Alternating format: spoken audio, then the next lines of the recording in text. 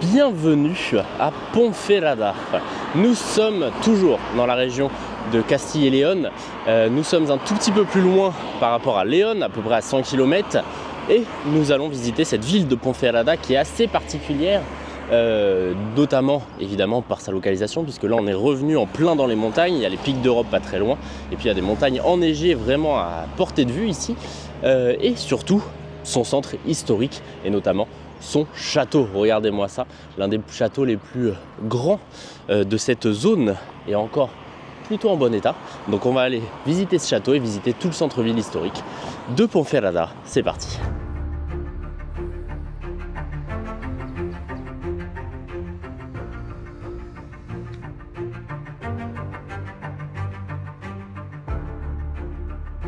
Anciennement citadelle romaine devenue castro, c'est-à-dire un hameau fortifié construit sur un lieu stratégique avec une vue dégagée et servant de refuge aux habitants en temps de guerre, l'histoire de ce château prend une toute autre tournure lorsque l'ordre du Temple s'y installe en 1178 à la suite d'une donation de Ponferrada par les rois de Léon.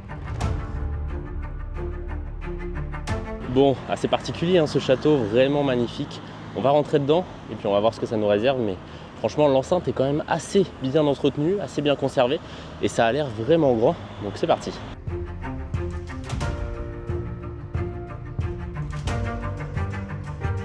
Cet ordre religieux et militaire du Temple, également appelé Pauvres Compagnons du Christ du Temple de Salomon, fut fondé en France en 1119 par Hugues de Pint afin de protéger les pèlerins se rendant à Jérusalem en Terre Sainte. Dans sa plus grande époque, l'ordre comptait environ 20 000 hommes, dont 10% étaient des chevaliers.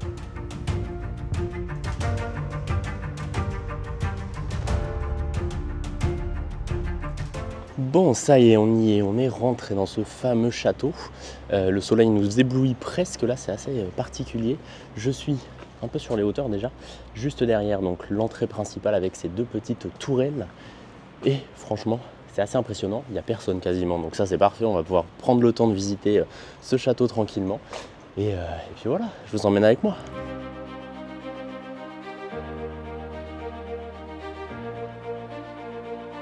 Pendant près d'un siècle, l'ordre va agrandir et renforcer la zone en tant que point stratégique et défensif afin d'accueillir les pèlerins du chemin de Saint-Jacques-de-Compostelle.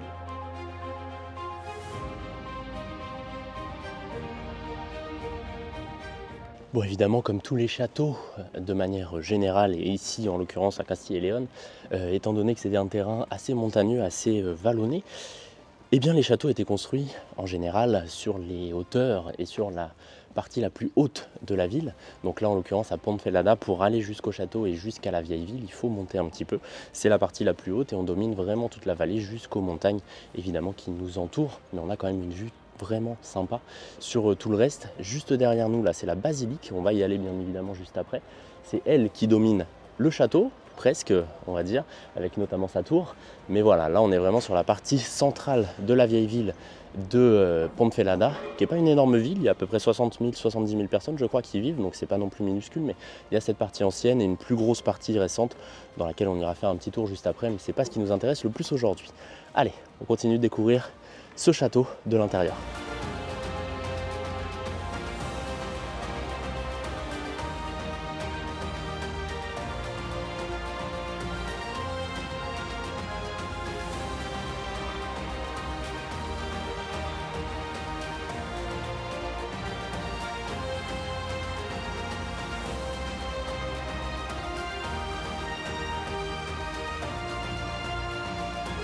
Une large série d'agrandissements a débuté sous l'impulsion des Templiers dès le XIIe siècle, et ce jusqu'en 1312 et la dissolution de l'ordre par le pape Clément V, sous l'influence du roi français Philippe IV, entraînant la confiscation de tous ses biens et possessions.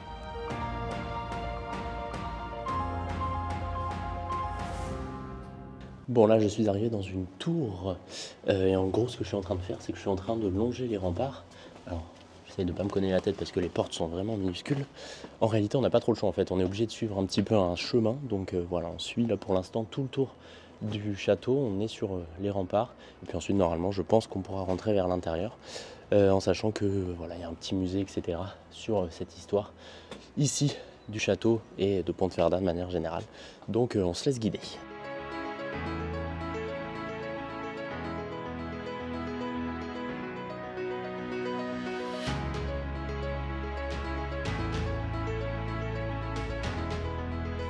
Par la suite, la série de réaménagements s'est poursuivie sous la direction de plusieurs familles afin de faire de ce château une œuvre militaire très complexe que l'on a sous les yeux aujourd'hui.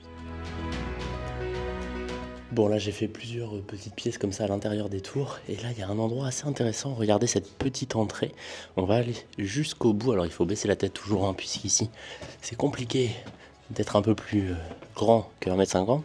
Et regardez ce qu'on a en bas. Alors évidemment là on a un grillage, mais sinon c'est un trou. Donc il y a de fortes chances que ici, à l'époque, c'était les toilettes, tout simplement. Allez, on sort de là et on continue la visite.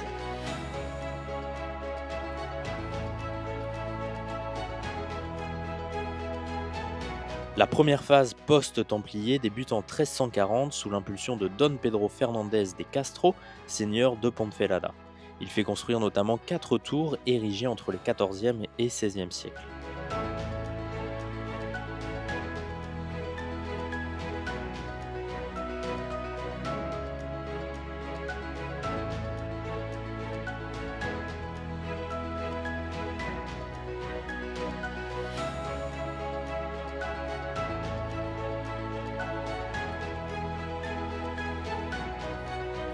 Bon, ça y est, là je suis arrivé sur sûrement l'un des points les plus hauts de ce château. On est vraiment tout en haut, donc on a une belle vue sur l'intérieur, sur la cour intérieure, et puis on a une belle vue également sur toute la ville. C'est assez particulier puisqu'on est vraiment entouré par ces montagnes. On est juste à côté, presque à la même hauteur que cette fameuse basilique que l'on ira voir tout à l'heure. Et puis tout ici, eh bien, c'est le cœur de ville historique. Juste là-bas, on a les montagnes, mais c'est dans le contre-jour malheureusement. Et puis juste là, on a des montagnes au loin et la nouvelle ville, entre guillemets, la nouvelle partie de la ville. Et puis de l'autre côté, si on continue par ici, normalement on accède à la partie qu'on n'a pas encore faite du château, mais dans laquelle on ira bien évidemment juste après, avec bien, toutes les fondations, les ruines et ce petit jardin avec la montagne juste à côté. Voilà le programme, pas mal de choses à voir encore. On prend le temps de se balader sur ce château là, c'est vraiment sympa. Et la forteresse, on va dire, le château est encore très très grand, hein, et très bien conservé.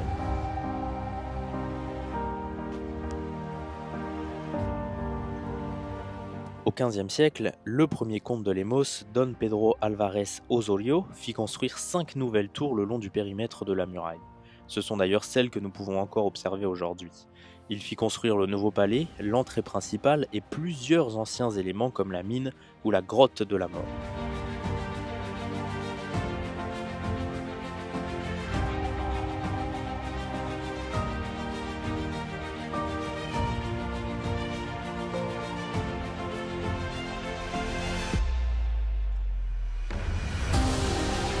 Bon, il y a plein d'endroits où on peut rentrer, c'est un peu des tours, les tourelles, etc.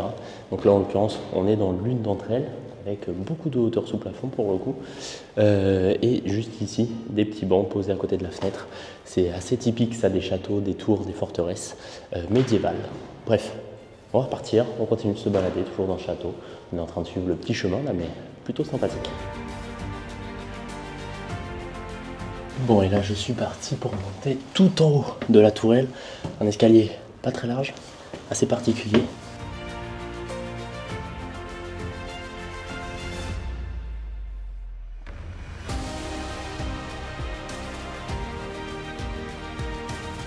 Bon, là on est vraiment arrivé sur le point le plus haut de ce château, après ce petit escalier en colimaçon assez étroit et particulier. Tout à l'heure on était là-bas, donc on n'était pas vraiment sur le point le plus haut.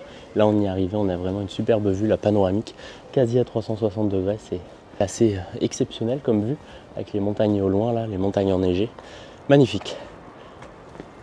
Et tout ça, donc c'est la nouvelle partie de la ville qui nous intéresse un peu moins puisque c'est un peu moins sympa. Mais voilà, on ira faire un tout petit tour quand même pour voir ce que ça donne. Juste en bas on a un cours d'eau, très sympathique. Et puis là on est sur les hauteurs de cette ville, de cette vieille ville même de Ponferrada.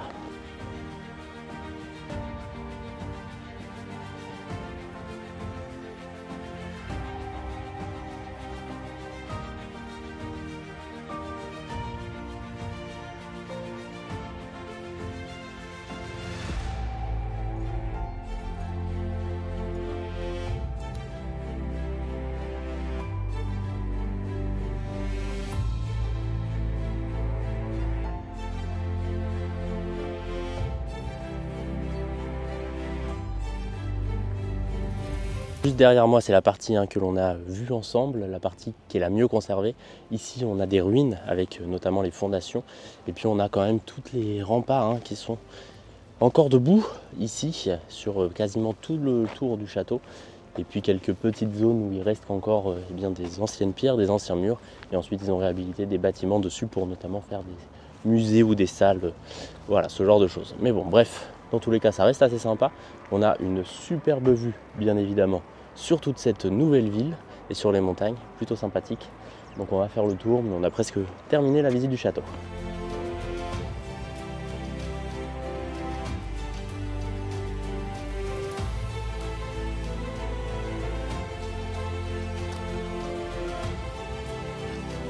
Cette grande enceinte polygonale de 8000 m² possède des défenses doubles et triples à certains endroits, formant des barbacanes, des tours, des dépendances et une grande cour basse en son centre.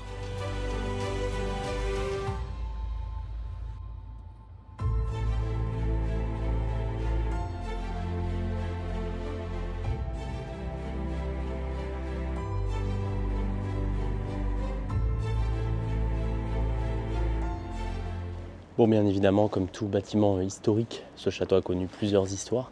La porte d'accès là que l'on vient de voir, on est arrivé un peu sur les hauteurs, elle date du 15e siècle et a priori ce château a été construit sur les bases d'une ancienne forteresse construite par les Templiers au 12e siècle, donc ça remonte un peu entre la légende des Templiers, des assassins, etc. Bref, on pense forcément à Assassin's Creed quand on entend le mot Templier maintenant, mais voilà, c'était une légende et a priori les Templiers étaient déjà ici au 12e siècle, donc voilà, je vous mettrai un peu plus d'infos comme d'habitude, mais toujours intéressant de découvrir l'histoire du lieu tant qu'on y est et aussi d'aller chercher un petit peu après pour comprendre un peu mieux ce qu'on a vu. Jusqu'au milieu du 19e siècle, le château de Ponteferrada est resté plus ou moins habitable avant d'entamer une période de déclin jusqu'à d'importants travaux de restauration et son ouverture au public en 2010.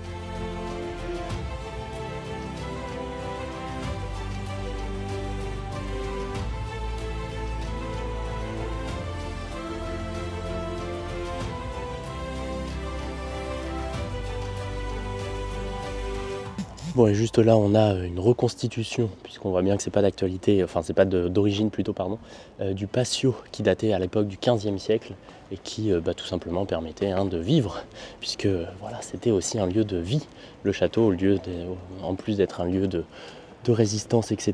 Il y avait des gens qui y vivaient toute l'année.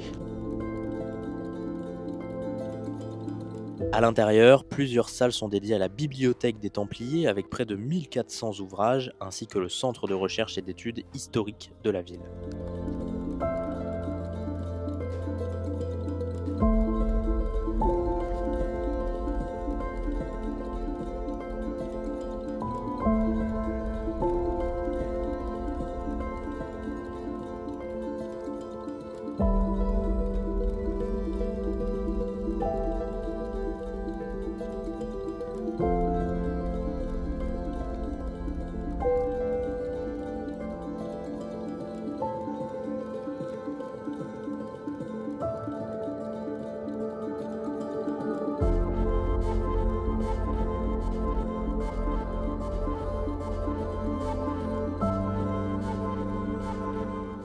Bon, ça y est, on a quasi fini la visite de ce château.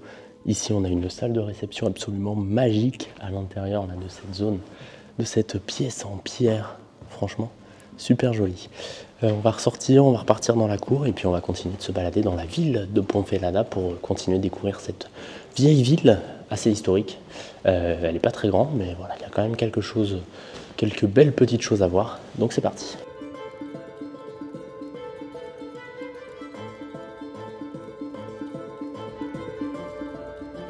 Située au pied du château, l'église de San Andrés date majoritairement de la fin du XVIIe siècle, même si ses origines sont médiévales.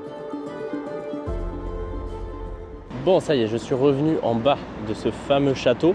Juste ici, on a une église, malheureusement elle est fermée, mais bon, c'est pas très grave, on verra si on peut rentrer dedans plus tard. Je vais juste aller faire un petit tour dans ce lieu là-bas et puis ensuite on repart dans l'autre sens pour vraiment aller dans le cœur de la ville. Et juste là, on a une statue, si vous vous souvenez, c'est ce qu'on avait vu déjà dans une ville qui s'appelait Vivelo avec la grande crèche à taille réelle, c'est eh bien tout simplement le personnage de la Semana Santa qui annonce la Semana Santa avec la petite cloche là et le costume traditionnel. Allez, on va faire un petit tour dans ce petit coin là-bas, dans ce petit village, enfin dans cette petite zone, et ensuite on repart vers la vieille ville.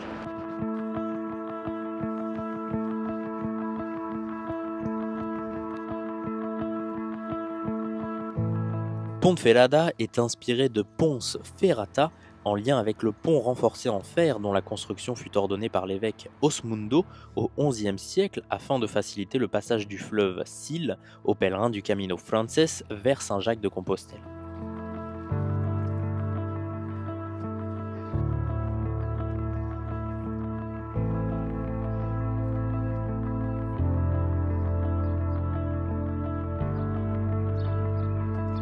Juste là, on est arrivé sur l'une des places principales de cette ville de Ponferrada avec pas mal de restaurants, bars, surtout on a la basilique juste derrière nous, donc on va en faire le tour et rentrer à l'intérieur et puis on va continuer de se balader sur la rue principale là, qui mène jusqu'à la porte de la ville où ensuite on arrive normalement sur une autre place avec l'Ayuntamiento, donc l'hôtel de ville, et puis voilà, on va se perdre un petit peu dans ce centre-ville historique. La Basilica Nuestra Señora de la Encina a été construite à la fin du XVIe siècle, à partir de 1573 précisément, d'après les plans de Juan de Alvear sur les bases d'une ancienne église construite au XIIe siècle, et donc de l'époque des Templiers, dont le château, juste à côté, est le principal vestige. À l'intérieur, le retable majeur en bois polychrome daté de 1630-1640 est remarquable et nous retrouvons également une image de la patronne de la ville dont la basilique tire son nom, sculptée par les Templiers depuis le tronc de chêne vert lors de la construction de la forteresse, ainsi qu'une image de Cristo della Fortaleza datant du XIIIe siècle.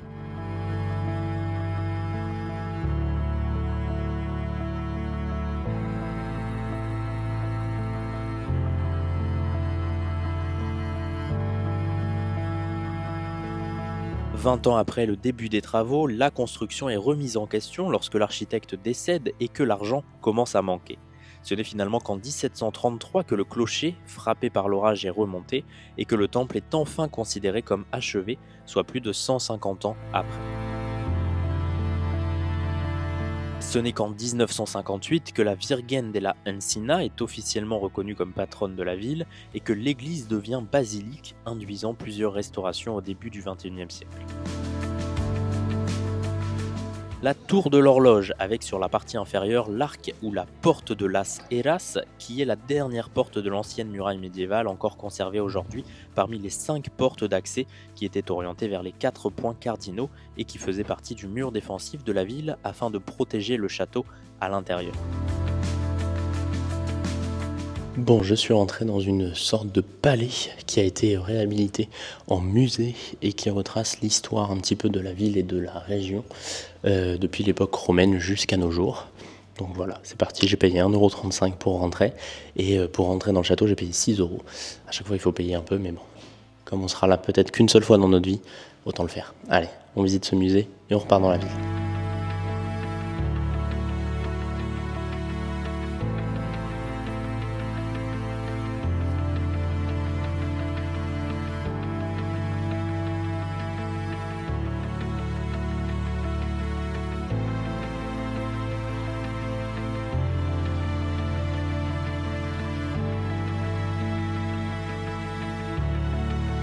Dans ce bâtiment de 2 étages et d'une cour centrale ayant servi autrefois d'hôtel de ville et de prison royale, on découvre le musée du Bierzo, retraçant l'histoire de la région avec des pièces remontant jusqu'à l'époque paléolithique, en passant par l'occupation romaine et l'évolution du château de Ponferrada.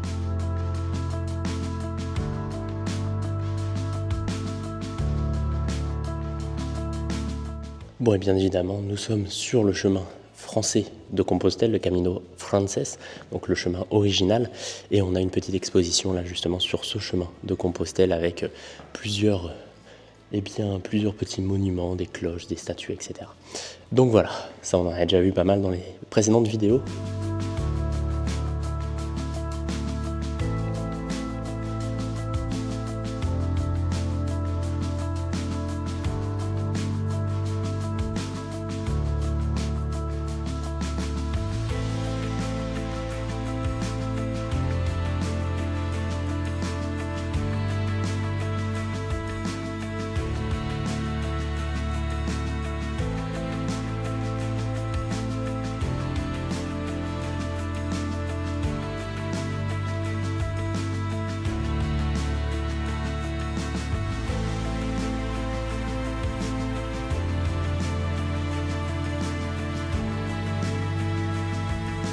Je sors tout juste du musée, c'est le musée del Bierzo qui était l'ancien palais consistorial Irreal Carcel du XVIe siècle, je ne sais pas trop ce que ça veut dire.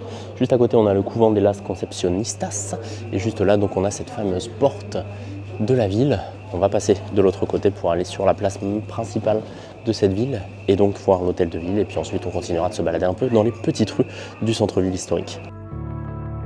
Cette porte de l'horloge, appelée autrefois la Porta Villa, porte de la ville, permet de relier le centre historique de la ville et la rue de l'horloge à la place de la mairie, autrefois appelée place des Eras.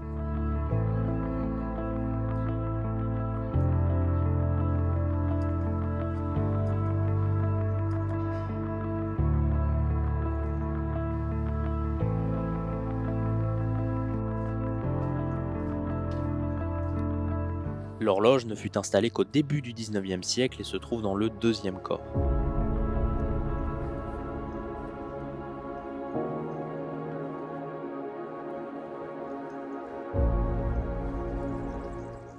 Bon, juste derrière moi, on est revenu au niveau du château. On va pas repartir par là-bas puisque sinon on revient sur la place où il y a notamment la basilique et on a déjà fait tout ça. Par contre, le long des remparts, entre le cours d'eau qui est vers le bas là et ces remparts, on a un petit chemin qui nous ramène sur le pont là où on a commencé cette vidéo. Donc on va prendre ce petit chemin, longer ces remparts et puis se diriger vers la partie un peu plus récente de la ville de Ponferrada, juste là. On va se balader un petit peu dans les rues, je sais pas trop ce qu'il y a, mais voilà, on verra. C'est forcément un peu moins intéressant d'un point de vue historique, mais peut-être qu'il y a des choses sympas quand même. Allez, c'est parti.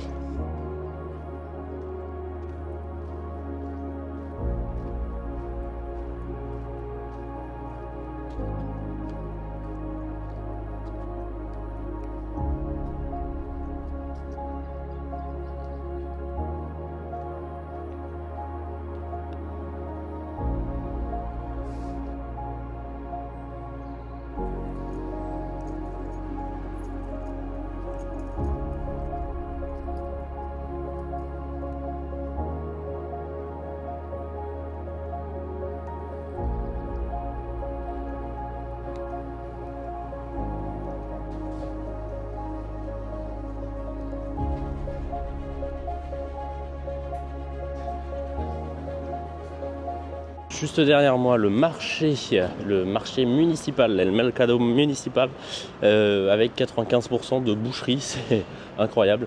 Il y a vraiment quasiment que de la viande dans ces marchés et dans ces halles, c'est assez impressionnant. On va continuer de se balader un petit peu dans cette zone là qui est un peu plus récente et puis voilà, on va voir ce que ça nous réserve, même si on va pas forcément aller un peu partout par ici, hein. Ce qui nous intéressait c'était plus le centre-ville et ça on l'a déjà fait.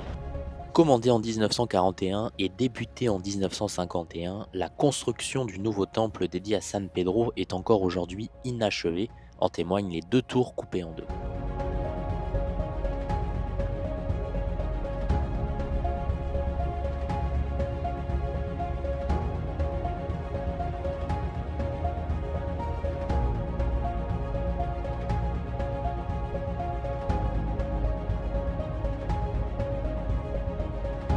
Les origines d'une église San Pedro remontent au XVIe et XVIIe siècle, mais le temple fut détruit lors de la guerre civile espagnole.